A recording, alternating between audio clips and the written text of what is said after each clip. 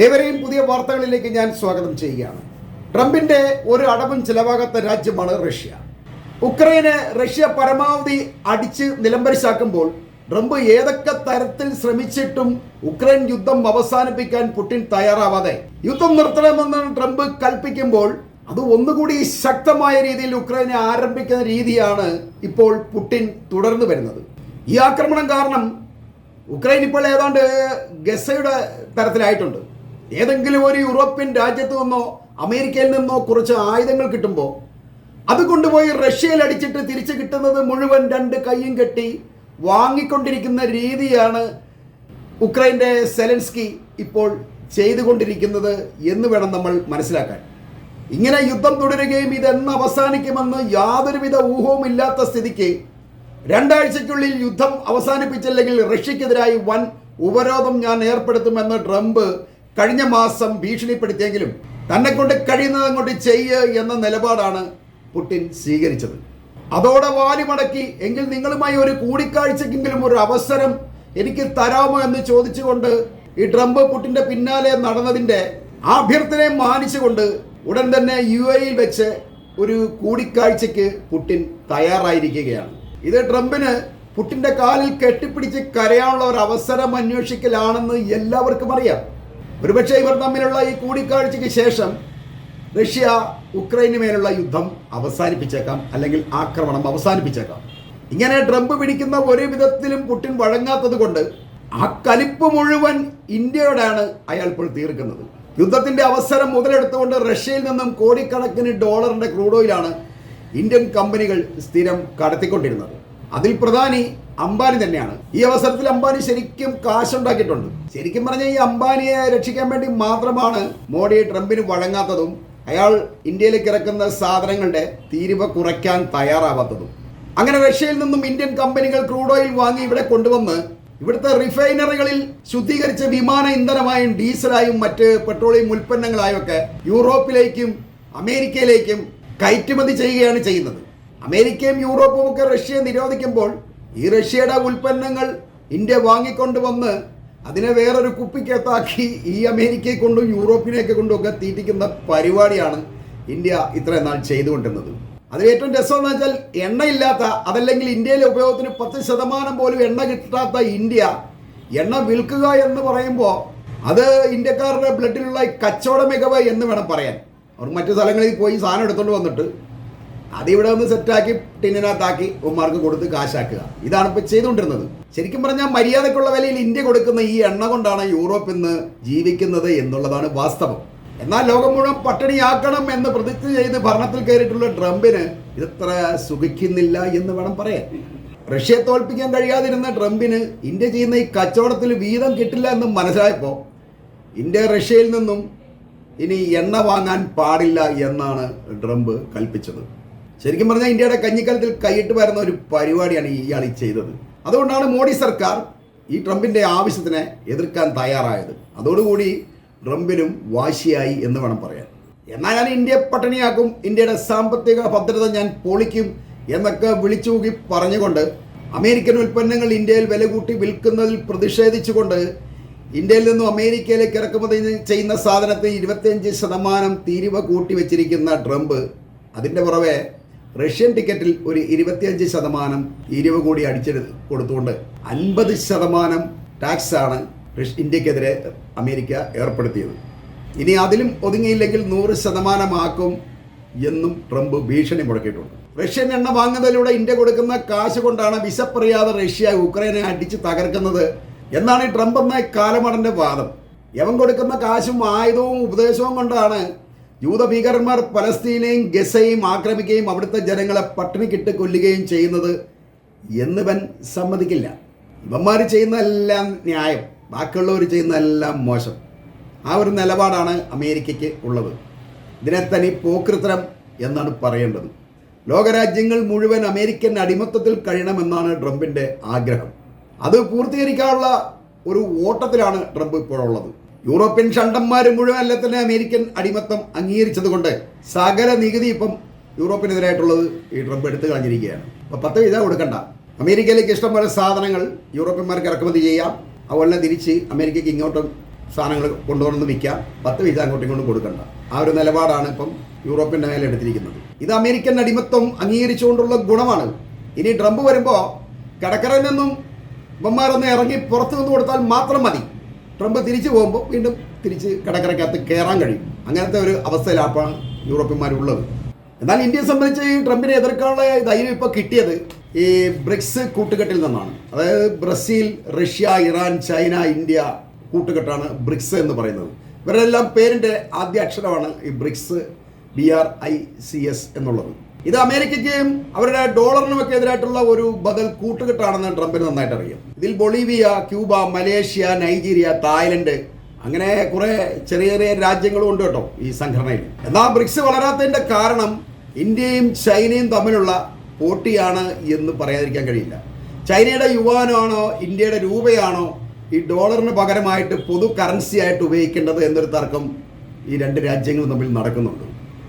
യുവാനെ പൊതു കറൻസി ആയിട്ട് അംഗീകരിക്കാൻ ഇന്ത്യ ഇതുവരെ തയ്യാറായിട്ടില്ല. അങ്ങനെ അതിനകത്തൂടെ ഇടഞ്ഞു നിന്നുകൊണ്ട് ഈ സംഘടന പൊളിക്കാൻ വേണ്ടി പരിപാടി ഒപ്പിക്കുമ്പോഴാണ് ട്രംപിൻ്റെ ഉപരോധം അല്ലെങ്കിൽ താരിഫ് ഇന്ത്യക്ക് മേൽ വന്നു വീഴുന്നത്.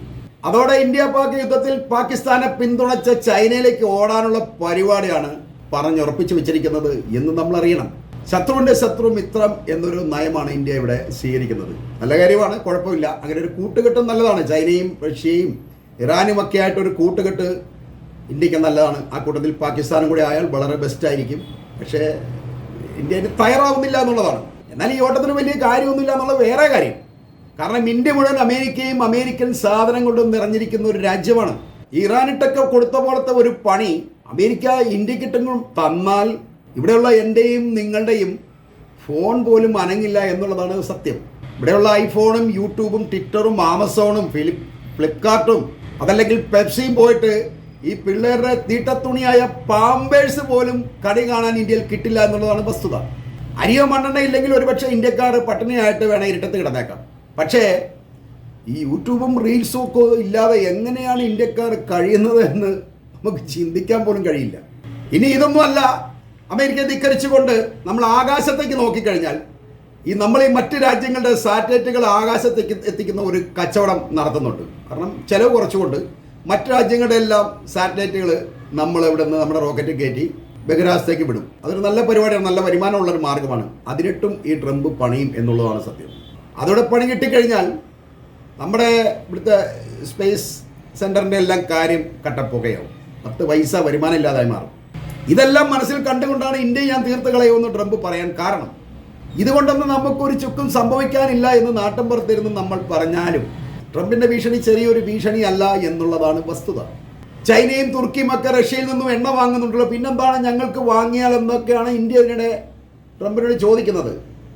അതൊന്നും പറഞ്ഞിട്ട് കാര്യമില്ല, ഞാൻ പറയുന്നത് അങ്ങോട്ട് അനുസരിച്ചാൽ മതി എന്നുള്ളൊരു നിലപാടാണ് ട്രംപ് ഇന്ത്യയോട് എടുക്കുന്നത്. അതിൻ്റെ കാരണം ഞാൻ ഈ പറഞ്ഞത് തന്നെയാണ്. കാരണം ഇന്ത്യ അമേരിക്കൻ ഉൽപ്പന്നങ്ങളെ കണ്ടമാനം ആശ്രയിക്കുന്നുണ്ട് എന്ന് അമേരിക്കയ്ക്ക് നന്നായിട്ടറിയാം, ട്രംപിനറിയാം.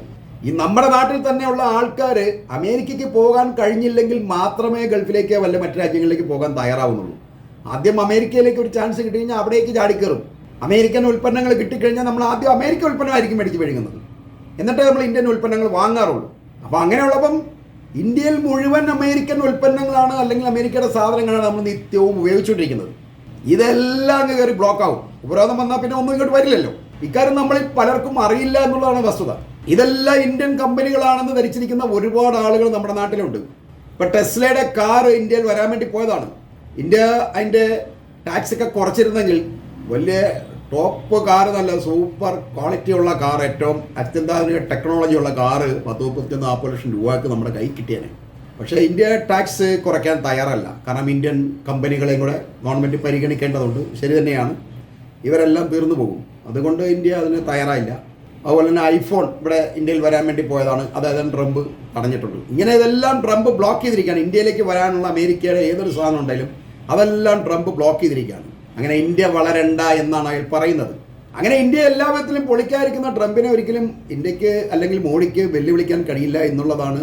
ഇക്കാര്യങ്ങളെല്ലാം മോഡിയോട് ഈ കഴിഞ്ഞ ദിവസം ആരോ പറഞ്ഞു കൊടുക്കുന്നതാണ് തോന്നുന്നത്. അതുകൊണ്ട് ഇപ്പം ഇനി പോലെ റഷ്യയിൽ നിന്നും എണ്ണ വാങ്ങില്ല എന്നൊരു തീരുമാനം മോഡി എടുത്തിട്ടുണ്ട് എന്ന് പുതിയ വാർത്തകളൊക്കെ ഇപ്പോൾ വരുന്നുണ്ട്. ഇത്രയും പറയുമ്പോൾ നമ്മൾ മറ്റൊരു വശം കൂടി പറയേണ്ടതുണ്ട്. യഥാർത്ഥത്തിൽ ഇത് BJP സർക്കാരിൻ്റെ പുതിയ നയത്തിൽ വന്ന പാളിച്ചയാണ് എന്ന് വേണം നമ്മൾ പറയാൻ. ഇത് പറയുമ്പോൾ പാർട്ടിക്കാരായവർ ഓർക്കും ഇത് നമ്മൾ BJPയെ കുറ്റം പറയുകയാണെന്ന്. ഒരിക്കലും BJPയെ കുറ്റം പറയുകയല്ല. BJP നല്ല പാർട്ടി തന്നെയാണ്, കുഴപ്പമൊന്നുമില്ല, അവർ വളരെ അഡ്വാൻസ്ഡ് ആണ് എന്ന് പറയുന്ന ഒരാളാണ് ഞാൻ പൊതുവെ. കോൺഗ്രസ് ഇത്രയും കാലം അമേരിക്കയെ അടുപ്പിച്ചിട്ടില്ല എന്നുള്ളതാണ് സത്യം. അതായത് അമേരിക്കയുമായിട്ട് വലിയ അടുത്ത ചങ്ങാത്തമൊന്നുമില്ല. നമുക്ക് നമ്മുടെ ചേരി എന്ന് പറഞ്ഞാൽ റഷ്യ ആയിട്ട് ബന്ധപ്പെട്ട ചേരിയാണ് നമ്മൾ. നമുക്ക് അങ്ങനെ അതിന് സൗകര്യമുള്ളൂ. നമുക്ക് അങ്ങേറ്റത്ത് കിടക്കുന്ന അമേരിക്കയിൽ പോയിട്ട് നമുക്ക് ഇടപാടുകൾ നടത്തുന്നതിനേക്കാൾ നല്ലതിന് അതുപോലെ ശക്തിയായ റഷ്യയായിട്ട് ചങ്ങാത്തം കൂടുന്നതാണെന്നുള്ള തിരിച്ചറിവ് നേരത്തെ കോൺഗ്രസിന് ഉണ്ടായിട്ടുണ്ട്.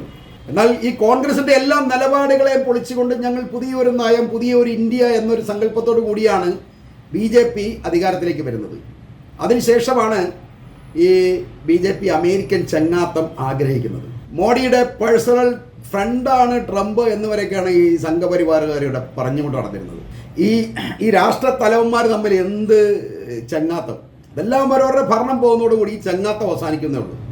അത് ശരിക്കും നയതന്ത്രപരമായ ഒരു ബന്ധം മാത്രമേ ഉള്ളൂ. അവരൊരിക്കലും വ്യക്തിപരമായ സുഹൃത്തുക്കളായിരിക്കില്ല.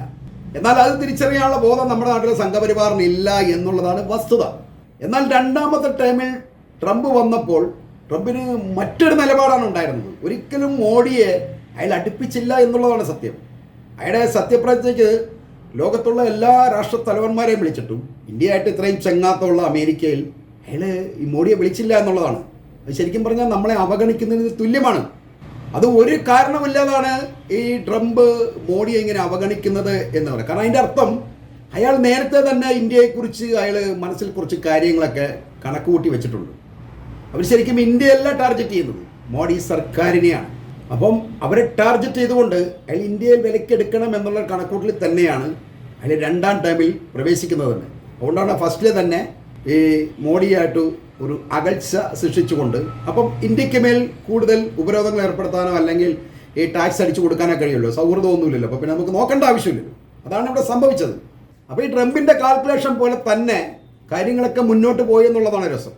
അവർ വരച്ച വരയിലേക്ക് ഇന്ത്യ ഇപ്പോൾ വീഴുകയാണ്. റഷ്യയിൽ നിന്നും എണ്ണ വാങ്ങില്ല എന്ന് ഇന്ത്യ ഏതാണ്ടൊക്കെ തീരുമാനിച്ചു കഴിഞ്ഞിട്ടുണ്ട്. ഇസ്രായേലുമായിട്ട് ചങ്ങാത്തമുള്ള ഇന്ത്യയെ സംബന്ധിച്ച് അമേരിക്കയുമായിട്ട് ചങ്ങാത്തം ഉണ്ടാവേണ്ടതാണ്. പക്ഷെ എന്താ സംഭവിക്കുന്നില്ല അങ്ങനെ. അതിനർത്ഥം അമേരിക്കൻ താല്പര്യങ്ങൾ മാത്രം സംരക്ഷിക്കുന്ന ഒരുത്തനാണ് ഈ ട്രംപ് എന്നുള്ളതുകൊണ്ടാണ്. അവനിതൊന്നും വിഷയമല്ല, ചങ്ങാത്തമല്ല അവൻ്റെ ഉദ്ദേശം. അത് ഇന്ത്യ തിരിച്ചറിയേണ്ടതാണ്. എന്നാൽ നെതന്യാഹുവായിട്ടുള്ള ചങ്ങാത്തം ഇന്ത്യ അവസാനിപ്പിക്കാൻ തയ്യാറാവുന്നില്ല. അതുകൊണ്ട് തന്നെ അയാളിപ്പോൾ അടുത്ത് തന്നെ ഇന്ത്യ സന്ദർശിക്കാനുള്ള പരിപാടിയാണ് നെതന്യാഹു. ഇന്ത്യയുമായി ഏറ്റവും അടുത്ത് നിൽക്കുന്ന അറബ് രാജ്യങ്ങളെയും ഇറാനെയും റഷ്യയും ഒക്കെ വെറുപ്പിക്കാൻ വേണ്ടിയാണ് ഇവനെ വിളിച്ചുകൊണ്ട് ഇന്ത്യയിലേക്ക് കൊണ്ടുവരുന്നത്. ഇവനെന്ന് ലോകത്തൊരു രാജ്യത്തും ആരും കയറ്റില്ല എന്നുള്ളതാണ്. ഏത് രാജ്യത്താണ് നെതന്യാഹുവിന് പോകാൻ കഴിയുന്നത്? അറസ്റ്റ് ചെയ്യും പലയിടത്തും പോയി കഴിഞ്ഞാൽ. കാരണം ഇവൻ ഇന്റർനാഷണൽ കുറ്റവാളിയാണ്. ഇവൻ വംശഹത്യയായിട്ട്, അതായത് അന്താരാഷ്ട്ര കോടതിയിൽ ഇവനെ വിചാരണ നേരിടേണ്ട ഒരുത്തനാണ്. അവനെയാണ് ഇന്ത്യ ആനയിച്ച് ഇന്ത്യയിൽ കൊണ്ടുവരാൻ പോകുന്നത് ഇങ്ങോട്ട്. അതാണ് ഞാൻ ഈ പറയുന്നത്, ചെകുത്താന്മാരുമായിട്ടുള്ള കൂട്ടുകെട്ട് അത്ര ശരിയല്ല എന്നുള്ളത്. ഇവൻ ഇന്ത്യയിൽ വരുന്നത് തന്നെ ഇന്ത്യയിൽ വർഗീയത വർദ്ധിപ്പിക്കാൻ വേണ്ടി മാത്രമാണ്. എന്നാൽ വർഗീയത നാടിന് ഗുണം ചെയ്യില്ല എന്നുള്ളതാണ് സത്യം. 10 വർഷത്തിലധികം ഭരണപരിചയമുള്ള BJPയെ സംബന്ധിച്ച് അവർക്കിനി വർഗീയത പറയേണ്ട യാതൊരു ആവശ്യമില്ല. അവരുടെ വികസന കാര്യങ്ങളെല്ലാം പറഞ്ഞുകൊണ്ട് അവർക്ക് ജനങ്ങളുടെ ഇടയിൽ നിന്ന് വോട്ട് പിടിക്കാൻ പറ്റും. ഈ വർഗീയത പറഞ്ഞുകൊണ്ട് 33% ആളുകളുടെ വോട്ട് പിടിക്കുന്നതിൽ എത്രയോ നല്ലതാണ് 67% വരുന്ന ആൾക്കാരുടെ വോട്ട് പിടിക്കുന്നത്. വികസനങ്ങൾ പറഞ്ഞുകൊണ്ട് അവരിൽ നിന്ന് വോട്ട് ചെയ്യിക്കുമ്പോൾ അതിന് വേറൊരു തിളക്കമാണ് ഉണ്ടാകുന്നത് ഗവൺമെൻറ്റിന്. തന്നെയുമല്ല, ലോകം മുഴുവൻ അംഗീകരിക്കുകയും ചെയ്യുന്ന ഒരു രാജ്യമായി മാറും എന്ന് പറഞ്ഞുകൊണ്ട് ഞാൻ ഈ വാർത്ത ഇവിടെ അവസാനിപ്പിക്കുകയാണ്.